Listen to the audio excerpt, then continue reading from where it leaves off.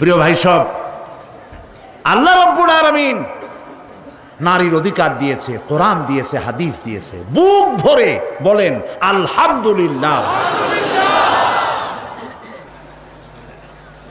প্রিয় ভাই সব, ইসলাম দিয়েছে নারীর অধিকার। রাসূলুল্লাহ বলছেন আদ-দুনিয়া কুল্লুহা মাতাউন ওয়া খায়রুল মাতাইদ দুনিয়া ইমরাতুস সালিহা।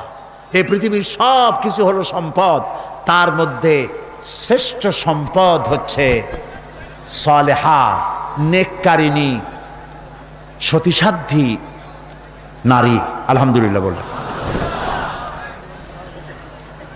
আল্লাহর নবী বলেন আমার কাছে তিনটি জিনিস প্রিয়, নামাজ আমার কাছে প্রিয়, সুগন্ধ আমার কাছে প্রিয়, আর স্ত্রী আমার কাছে প্রিয়।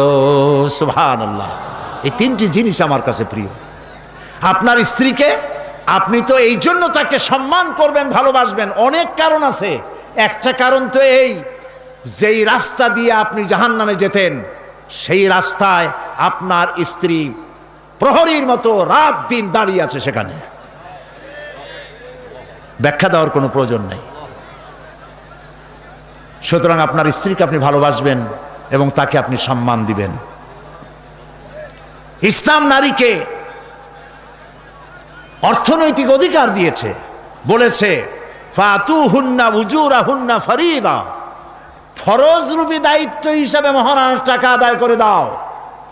এখন মহারণার টাকা আদায় করা হয় না, এখন বিবাহ মজলিসগুলিতে বলা হয় মহারণা কত?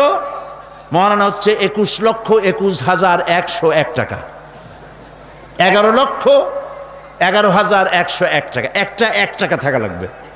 কোথায় পাইছেন এটা? একটা 1 টাকা থাকা লাগবে। আর এই যে মহারণা বাঁধা হয়, এই মহারণার টাকা আদায় করা অধিকাংশ ক্ষেত্রে আদায় করা হয় না। কথা ঠিক কিনা? কথা ঠিক কিনা? বরং উল্টা মহারণা আদায় করে নেয়। কারণ বলেন পাত্রপক্ষ। পাত্রপক্ষ মহারণা আদায় করে নেওয়ার সময় আদায় করার জন্য ঘটক, এগুলোরে কি বলে?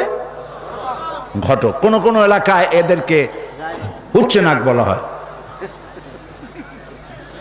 এদের কাজ হলো পরস্পরের মধ্যে বিবাহ দিতে গিয়ে মিথ্যা কথা বলা, উচ্চ নাক।